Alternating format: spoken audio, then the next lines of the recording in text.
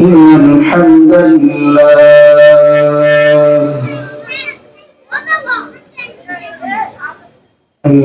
لله علي الذات عظيم الصفات سميع السمات كبير الشان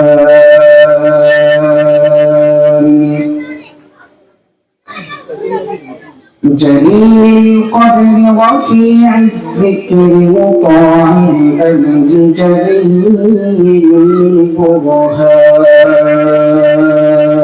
البرهان فخيم الاسم وسيع الحلم كثير الغفران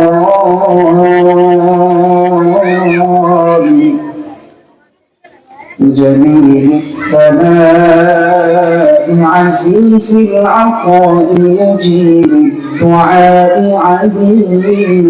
الإحسان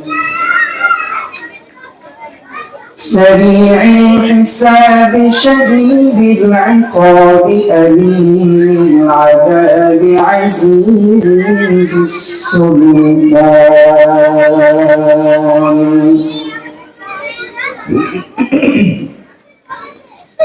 ونشهد أن سيدنا وسندنا وحبيبنا وطبيبنا وطبيب قلوبنا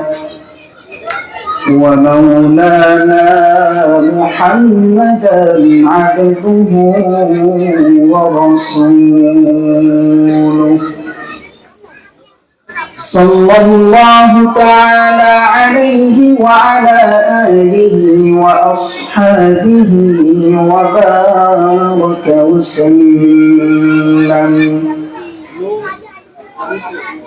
أما بعد فقد قال الله تبارك وتعالى في كلامه المجيد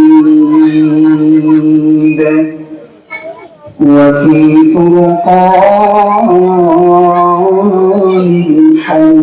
الحميد أعوذ بالله من الشيطان الرجيم بسم الله الرحمن الرحيم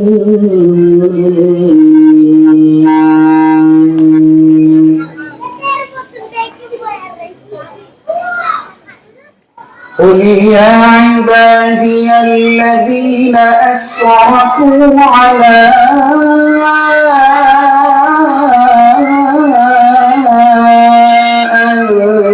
أنفسهم لا تقنطوا من رحمة الله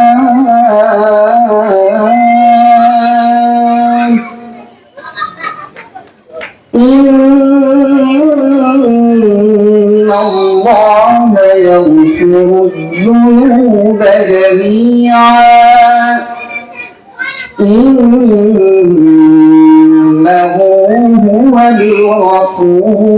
الرحيم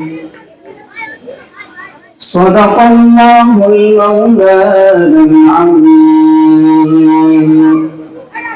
وقال النبي عليه الصلاة والسلام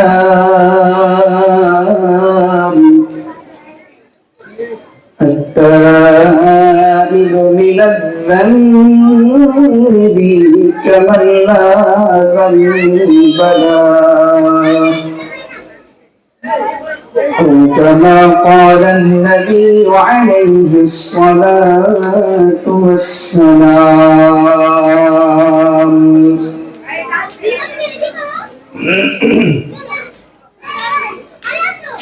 আমরা সকলেই মুহাব্বতের সাথে একবার দরুদ ইব্রাহিম পড়ি اللهم صل على محمد وعلى آل محمد كما صليت على إبراهيم وعلى آل إبراهيم إنك حميد مجيد اللهم بارك على محمد وعلى آل محمد كما باركت على إبراهيم وعلى آل إبراهيم إنك حميد مجيد محترم হাজিরিন এবার আসেন আল্লাহ তাআলা কোরআনের মধ্যে কি বলছেন আল্লাহ তাআলা কোরআনের মধ্যে গুনাহগার ব্যক্তিদের জন্য সান্ত্বনা স্বরূপ গুনাহগার ব্যক্তিদেরকে সান্ত্বনা দিয়ে কোরআনের মধ্যে বলেন قل يا عبادي الذين أسرفوا على أنفسهم لا تقنطوا من رحمة الله إن الله يغفر الذنوب جميعا إنه هو الغفور الرحيم الله سبحانه وتعالى পৃথিবীর সমস্ত গুনাহগার ব্যক্তিদেরকে সান্ত্বনা দিয়ে বলছেন ও বান্দা গুনাহ করেছো গুনাহ করতে করতে পাহাড় পরিমাণ চলে গেছে এমন অবস্থা হইছে গুনাহ করতে করতে কলবটাকে নষ্ট করে ফেলছো দিলটাকে একদম কালো বানায় ফেলছো গুনাহ করতে করতে তোমার গুনাহের বোঝা পাহাড় পরিমাণ হয়ে গেছে পেরেশানির কোনো কারণ নাই পেরেশান হওয়ার কোনো কারণ নাই চিন্তা হওয়ার কোনো কারণ নাই আমি আল্লাহ তাআলা তোমাদেরকে সান্ত্বনা দিয়ে বলছি قل يا عبادي الذين أسرفوا على أنفسهم لا تقنطوا من رحمة الله إن الله يغفر الذنوب جميعا إنه هو الغفور الرحيم তোমরা গুনাহ করেছো আমার কাছে পানাহ চাও নৈরাশ হওয়ার কোনো কারণ নাই আমি আল্লাহ তাআলা মানুষের মতো নরপেশু না বাসায় কোনো গুনাহ বাসায় কোনো খারাপ কাজ করেছেন সমাজের মধ্যে কোনো খারাপ কাজ করেছেন সমাজের মানুষ ঠিক যেমনই ভাবে আপনাকে সমাজ থেকে তাড়িয়ে দিবে বাসায় কোনো খারাপ কাজ করলে বাড়িতে কোনো খারাপ কাজ করলে ঠিক যেমনই ভাবে বাড়ি থেকে আপনাকে বাড়ির মানুষ তাড়িয়ে দিবে মা বাবা আপনাকে বাড়ি থেকে বের করে দিবে আবার আল্লাহ সুবহানাহু ওয়া তাআলা রহমানুর রহিম আল্লাহ দয়াময় আল্লাহ মানুষকে এত দয়া করেন এত মায়া করেন এত মহব্বত করেন আমার আল্লাহ বলছেন বান্দা তুমি যদি তোমার মৃত্যু পর্যন্ত গুনাহ করো একবার যদি শুধু তওবা করতে পারো আমি আল্লাহ তোমার জীবনের সমস্ত গুনাহগুলি maaf করিয়া দিব আল্লাহ সুবহানাহু ওয়া তাআলা বলছেন গুনাহ করেছো নৈরাশ হওয়ার কোনো কারণ নাই নৈরাশ হয়ে পড়ো না দোয়া করতেছো আমার কাছে চোখ দিয়ে পানি বের হয় না মসজিদে গেছো রাত্রি উঠে তাহাজ্জুদ পড়ে আমার কাছে কাঁদতেছো একবার শুধু চেয়ে দেখো সারা জীবন যত গুনাহ করেছো আমি আল্লাহ তাআলা শেষ রাতে প্রথম আসমানে এসে তোমার অপেক্ষায় থাকি ও বান্দা আয় আয় আমার কাছে আয় আমার কাছে শুধু একবার চাওয়ার মতো যদি একবার চাইতে পারো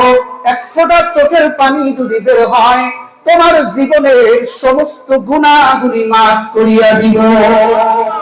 আল্লাহ সুবহানাহু ওয়া তাআলা এত দয়াময় আল্লাহ আমার প্রভু মাওলা বলছেন ও বান্দা গুনাহ করেছো আমার কাছে তওবা করো আল্লাহ সুবহানাহু ওয়া তাআলা সূরা তাহরীমের 8 নম্বর আয়াতে আল্লাহ তাআলা বলেন ইয়া আইয়ুহাল্লাযীনা আমানু তুবু ইলাল্লাহি তাওবাতান নাসুহা গুনাহ করেছো, আমার কাছে ক্ষমা চাও, আমার কাছে মাফ চাও, তাওবা নাসুহা করো। তওবার মতো তওবা করলে আসা রাব্বুকুম আইয়ুকাফিরা আনকুম সাইয়্যাতিকুম, আমি শুধু তোমাদেরকে গুনাহতে মাফ করব না, শুধু মাফি নয়, আমি আল্লাহ তোমাদেরকে জান্নাতের ওয়াদা দিয়ে দিব। আসা রাব্বুকুম আইয়ুকাফিরা আনকুম সাইয়্যাতিকুম ওয়া ইউদখিলাকুম জান্নাত,